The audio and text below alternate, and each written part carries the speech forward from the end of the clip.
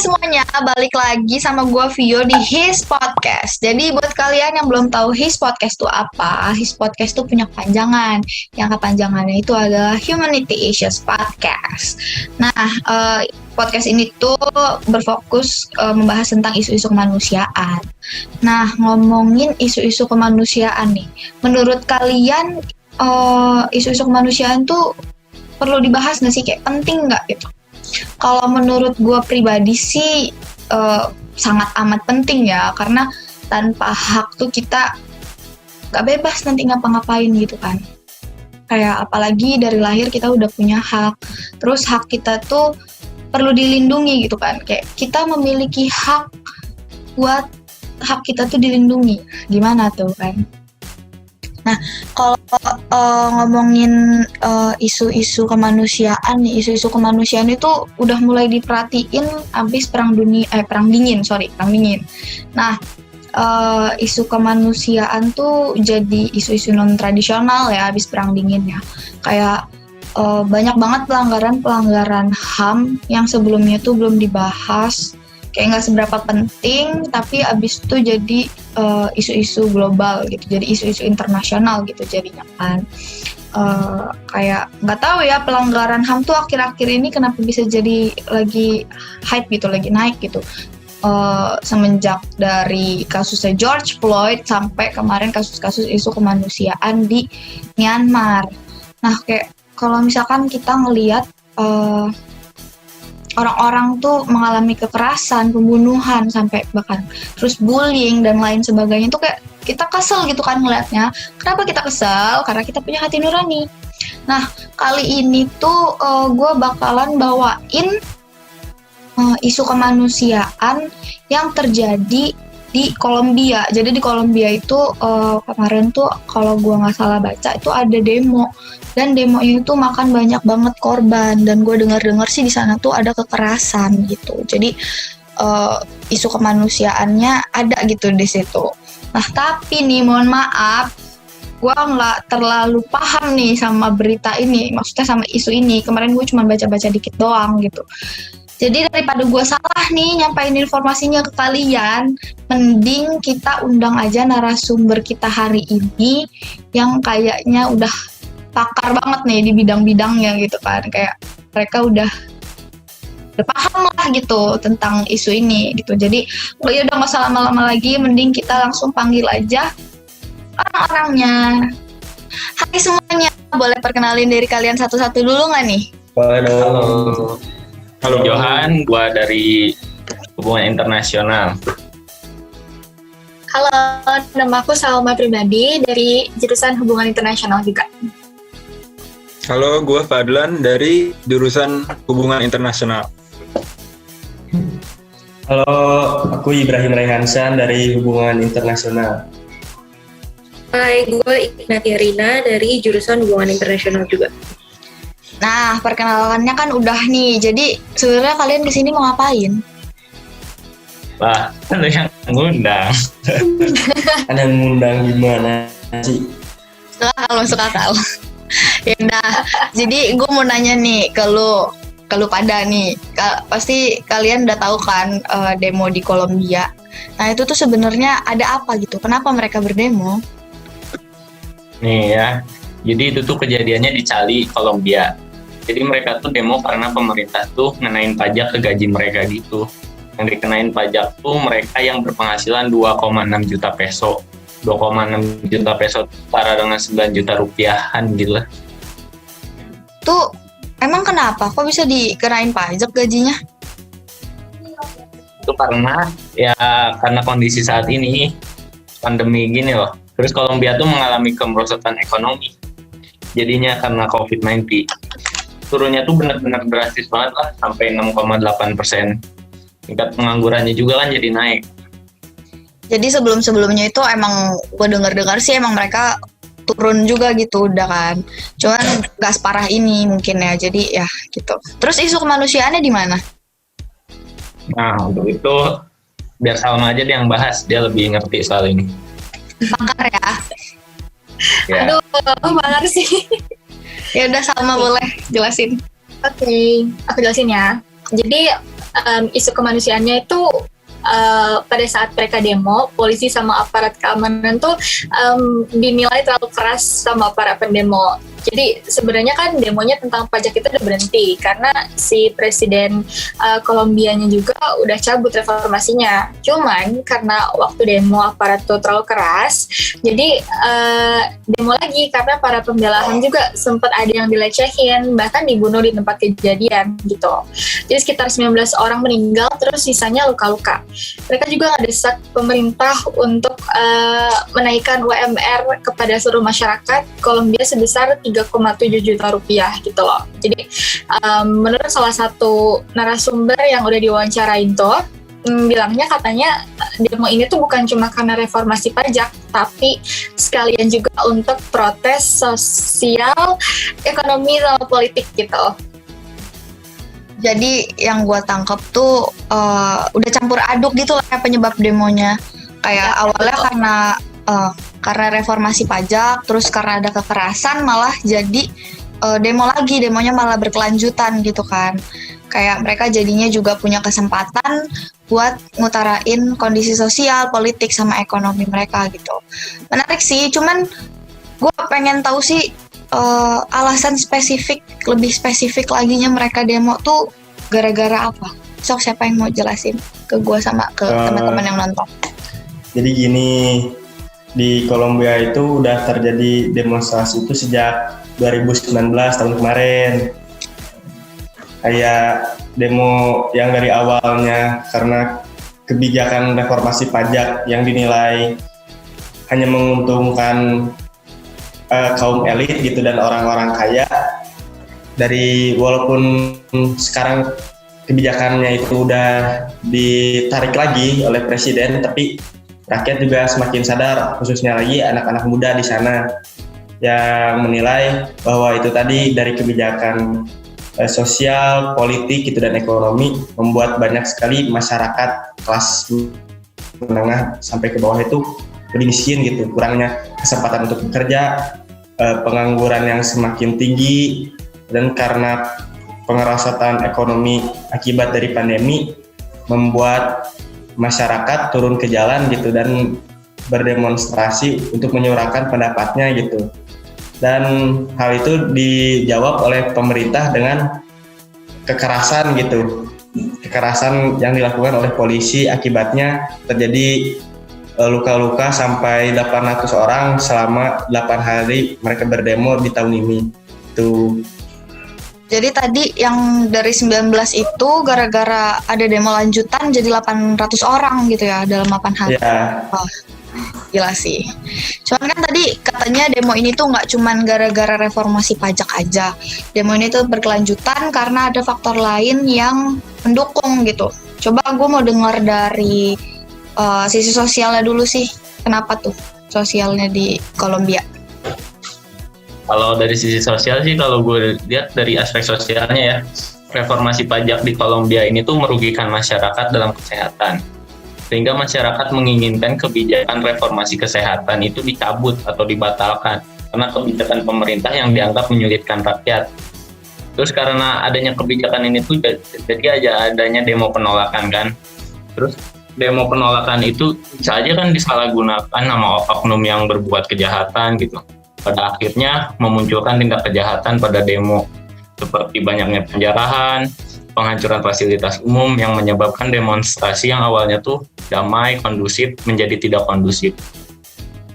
Oh, jadi sebenarnya awalnya tuh damai-damai aja gitu kan, emang baik-baik aja, emang cuman mau mengutarakan pendapat mereka gitu kan.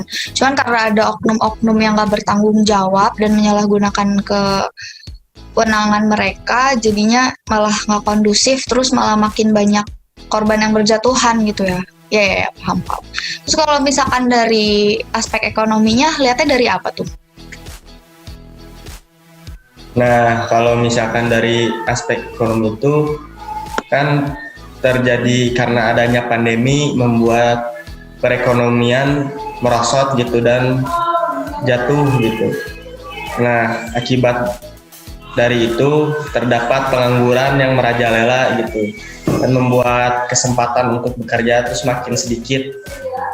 Dan reformasi pajak yang diterbitkan oleh pemerintah bukannya membuat masyarakat menjadi lega atau terbantu, tetapi malah menyulitkan masyarakat, khususnya masyarakat lapisan bawah. Dan itu masyarakat juga berdemo untuk menolak kebijakan dana pensiun yang tidak adil untuk rakyat gitu.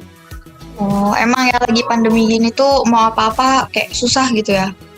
Kayak pendapatan udah dikurangin yang pekerja, terus habis itu banyak pengangguran karena di PHK, terus sekarang ditambah lagi gitu kan pendapatannya mau dipajekin. Ya wajar sih kalau gue jadi mereka juga gue bakal ikutan demo gitu. Kayak ya kesannya ngerugiin banget gitu buat lapisan masyarakat lapisan bawah gitu kan. Nah, kalau misalkan dari segi politik itu gimana? Kayak udah ada belum respon dari negara-negara lain atau dari organisasi-organisasi gitu? Kalau dari segi politik sebenarnya kasus demonstrasi ini udah dapat respon sih dari PBB, Departemen Luar Negeri Amerika Serikat, Uni Eropa, sama Amnesty International. Mereka sebenarnya mengecam kejadian ini dan merasa sangat kecewa sama aparat keamanan Kolombia mengenai tindakan kekerasan dan kebrutalan polisi dalam menangani demonstran. Menurut beberapa sumber juga ternyata aparat keamanan ini ngegunain kendaraan lapis baja, senapan semi otomatis, dan menggunain helikopter buat nyemprotin gas air mata secara brutal. Makanya Amnesty juga telah menerima laporan bahwa terdapat penahanan sewenang-wenang, penyiksaan, hingga laporan orang hilang. Serem juga ya berarti, kayak harusnya tuh demonya biasa-biasa aja, jadi malah ada kekerasan gitu, malah jadi kejam gitu kan. Nah, terlepas dari semua itu tuh, kayak gue denger-dengar anak HI itu temenan banget gitu kan sama teori. Nah, kalau menurut kalian tuh, teori apa sih yang cocok buat isu kemanusiaan kali ini? Ada nggak? Nah, jadi kalau untuk teori, ada nih satu konsep kemanusiaan yang menurut gue bisa masuk ke kasus kali ini. Kalau nggak salah, namanya itu human security. Konsep ini ngejelasin kalau masyarakat dikasih rasa trauma yang dapat mengganggu perkembangan masyarakat. Dalam kasus ini, pemerintah gagal ngasih keamanan buat masyarakat Kolombia. Jadi, masyarakat Kolombia otomatis membentuk suatu keamanan bersama ya kan buat keamanan mereka. Nah, ini bisa dilihat ketika para aparat melakukan kekerasan lalu terdapat sekelompok orang yang ingin membela hak asasi manusia mereka untuk keamanan mereka semua. Aparat kepolisian dalam kasus ini juga salah dalam menggunakan wewenangnya dengan melakukan berbagai kekerasan sehingga masyarakat melakukan aksi penolakan dan pembelaan terhadap hal tersebut. Oh, jadi itu ada ya teorinya. Gue pikir nggak ada gitu. Kayaknya gue nemu di mana-mana teori mulu gitu kan. Nah, kalau berarti dari teori ini tuh kayak masyarakat itu diajak buat bergerak, buat mencapai kepentingan bersama mereka gitulah ya intinya. Tapi kalau kalian sendiri nih lihat tadi ada penjarahan, terus penculikan, bahkan sampai pembunuhan gitu kan. Tanggapan kalian terhadap demo ini tuh gimana? Kalau dilihat lagi dari sisi sosialnya sih, kekerasan dari demonstrasi ini udah pasti sangat menyimpang, karena dari aparat keamanan yang harusnya bertugas ngasih rasa aman ke rakyat, tapi malah ngasih kerugian atau rasa trauma ke rakyatnya sendiri. Terus ditambah lagi bukti laporan dari Amnesty International tadi yang mengenai penangkapan sewenang-wenang, bahkan keamanan itu nyalahgunain kewenangannya. Jadi nggak salah kalau para demonstran tambah marah sampai ngebuat beberapa fasilitas umum tuh rusak. Pemerintah juga udah bisa dibilang gagal sih dalam melindungi rakyatnya, karena harusnya kan kontrak sosial antara pemerintah dan rakyat itu, pemerintah ngasih kebebasan buat rakyatnya dalam menyuarakan pendapatnya dan ngasih rasa aman dan perlindungan. Iya sih. Iya sih, di sini tuh kayak kelihatan banget ya, emang malah si aparatnya ini malah yang bikin nambah chaos gitu kan, malah bikin nambah ricuh, malah nambah besar lah gitu jadinya kan. Kalau aja di awal demo tuh nggak ada kekerasan, mungkin mereka nggak bakal ngelanjutin demonya gitu kan, kayak yang membela HAM, terus habis itu ya dan lain-lainnya lah. Terus kalau misalkan kalian udah ngeliat nih kayak gini, banyak korban-korban berjatuhan juga gitu kan. Menurut kalian solusi yang paling tepat biar hal ini nggak terjadi lagi tuh gimana? Dari Salma dulu deh, coba boleh. Salah satu sih, soalnya dengan mediasi ya pasti bakal disediain ruang dan kesempatan bagi rakyat untuk nyampein pendapat kepada pemerintah gitu loh. Jadi mereka maunya apa, terus aspirasi, terus gagasan-gagasannya tuh bisa dibicarain bersama gitu. Terus ya bisa didiskusiin bareng-bareng gitu loh solusinya. Kan kalau mau nyampein aspirasi bareng-bareng kan perlu juga ya disiapin argumen dan strategi yang baik, terus terstruktur juga. Jadi nggak asal maksudnya mengkritik pemerintah cuman mungkin kasarnya tidak ada bobot gitu loh. Iya sih. Benar. Terus kalau dari yang lain masih ada nggak nih? Kalau dari gua sih, pemerintah perlu ngumpulin feedback dari pihak-pihak yang akan terkena dampak dari solusi tersebut. Kan nggak bisa sembarangan tuh pemerintah ngambil kebijakan. Jadi pemerintah tuh seharusnya nggak membuat kebijakan yang hanya menguntungkan satu pihak saja dan menyusahkan pihak lainnya. Kebijakan yang ditetapkan pemerintah tuh juga seharusnya harus adil buat rakyat juga. Karena rakyat kan butuh keadilan gitu. Tadi Derby. Terima kasih sama solusi dari Fadlan sama Salma. Udah ahlinya lah mereka berdua. Ada lagi nggak nih yang lain yang mau ngasih solusi? Nggak ada. Cukup lah, udah mantep. Iya sih ya, tapi kalau emang dilihat-lihat tuh rata-rata pemerintah tuh buat kebijakan tuh kadang nggak merhatiin masyarakat lapisan bawah gitu ya. Kayak kampanyenya aja gitu kan, iya mau membangun masyarakat lapisan bawah, mau nyejahterain rakyat lapisan bawah. Taunya nggak ada pergerakan sama sekali gitu kan. Yang kaya makin kaya, yang miskin ya tetap aja gitu kan. Ya ini sih salah satu contohnya gitu kan. Kalau menurut gue sendiri sih sebenarnya yang harus didengar tuh, maksudnya harus dipertimbangin itu tuh emang suara dari rakyat ya, karena kan kayak dari sebelum adanya kebijakan sampai ditetapinnya kebijakan, masyarakat juga gitu kan yang ngejalanin gitu kan nantinya. Nah kita kan udah lumayan dapet banyak informasi nih tentang dari demo ini, terus isu-isu kemanusiaannya juga dapet gitu kan. Kayak banyak orang yang harusnya nggak jadi korban malah jadi banyak korban berjatuhan, yang harusnya ngamanin malah bikin nambah chaos gitu kan. Yang harusnya nggak ada perusakan malah kerusakannya terjadi di mana-mana gitu, malah kerugiannya di mana-mana gitu lah kan.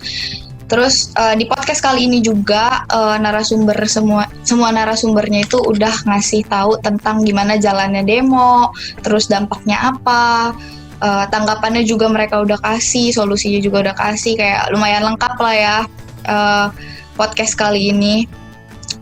Gua makasih banget nih sama Derby, Salma, Fadlan, Reina, dan Ibam ya, udah nyempetin waktunya buat berbagi.